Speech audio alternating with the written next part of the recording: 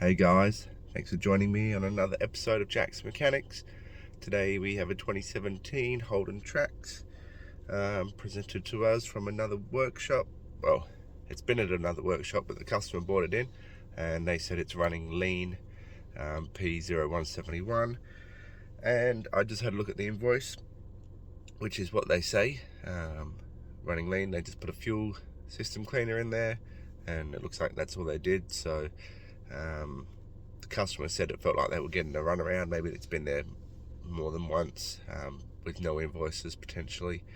So let's see what we got going on. 1.8 and just getting up the OBD.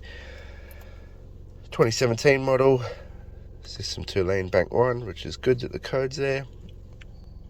No check engine light at the moment. Just popped the bonnet to get some car details. This is the Ecotech. Sorry, I sound a bit sick. Let's just go down and have a look at our fuel trims.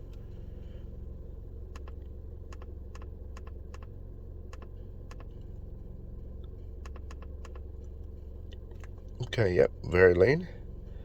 So 48, 49. That's a lot of trim that it's adding. Which is cool. When are we setting? Well, it said, I'm pretty sure it was 2 lane at idle, wasn't it? It's usually what 171 is. Oh, sorry about that, just had a minor interruption. So yep, at idle, engine speed, yep, at idle. And like we're seeing our fuel trims, yep, pretty high. Fuel, yeah, and 0 on the speed. So 75k, so they've definitely been clearing the codes and not been able to fix this. So lean issues are usually pretty easy to find, my experience. Now let's see.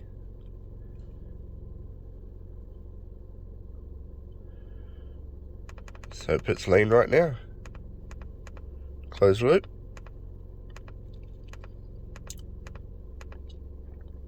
Yep.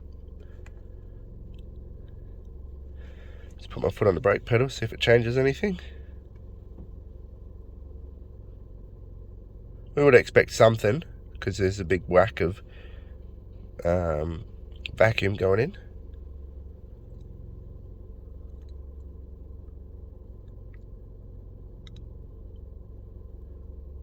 But it doesn't sink the trims, so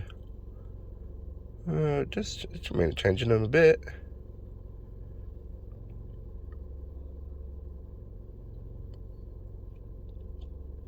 Maybe we could be looking at a booster. Battery sensor still switching, that's alright. So the engine's actually running good. The fuel trims are doing what they're supposed to, keeping it at stoichiometric. So I guess we'll just see if we're looking at a vacuum leak. So I'll just put this onto graph so you can see. We're just going to raise the RPM.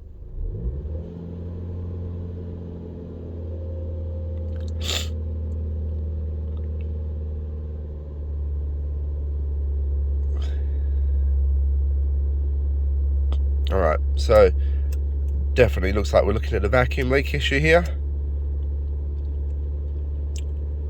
The reason that these fuel trims come good with higher RPM, less manifold vacuum, so more atmospheric pressure in the manifold, and which means it has less of an effect on the engine with a vacuum leak.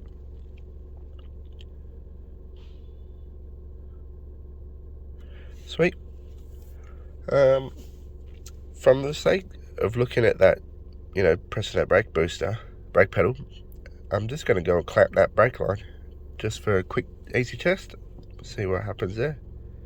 So just like that, on the brake booster hose, clamp that off, and our fuel trim's still very positive, so that's not going to be our issue. So just hooked up the smoke machine just to check it. We've got our adapter easy inlet in the front of there, intake tube, sorry,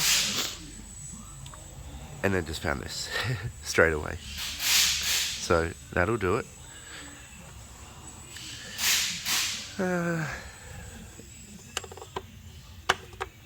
We'll lock that down. Take this cover off. Make sure we've got no more leaks. When you do this sort of smoke work, you need like a halogen light. Halogen light over an LED lets you see the smoke a lot easier. You need like that wide beam rather than a targeted beam.